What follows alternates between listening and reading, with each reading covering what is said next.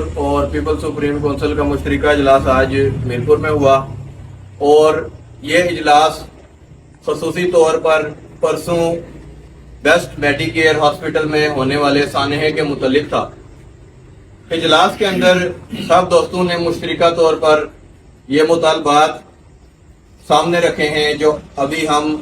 انتظامیہ اور حکومت کے سامنے رکھ رہے ہیں کہ آپ جانتے ہیں بیسٹ میڈی کیئر ہاسپٹل میں پرسوں کے دن ہماری ایک سسٹر جن کی عمر 40 سال تھی، جو بالکل ٹھیک تھی اور ایک نارمل سے آپریشن کے لیے وہ گئی تھی وہاں پہ، تو ڈاکٹروں کی غفلت سے کہ انہوں نے ان کا کوئی ٹیسٹ بھی نہیں لیا، کوئی بیسک وہاں پہ جو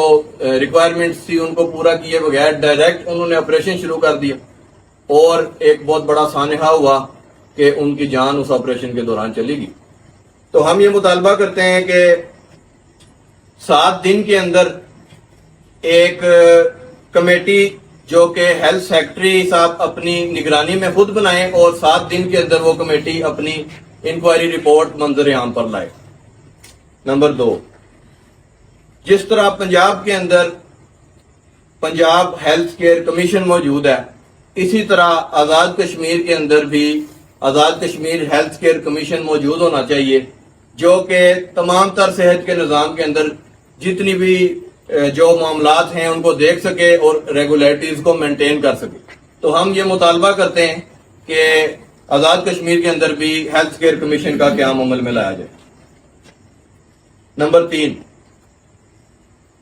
DHO کے زیر نگرانی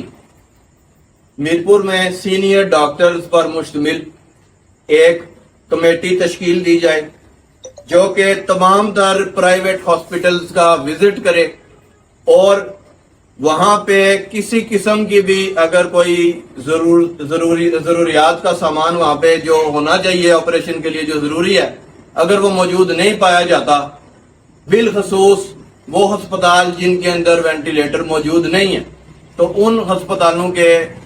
آپریشن تھیٹرز کو وہ کمیٹی سیل کرے، کیونکہ لیگلی جس ہسپتال کے اندر وینٹیلیٹر موجود نہ ہو وہاں پہ انسان کا آپریشن کرنا اس کی جان کے ساتھ کھیلنے کے مترادف ہے۔ تو اگر ہسپتالوں کو بزنس کرنے کا زیادہ شوق ہے تو سب سے پہلے وہ کرائٹیریا پورا کریں اور وینٹیلیٹر خریدیں۔ اور نمبر 4 پوائنٹ یہ ہے کہ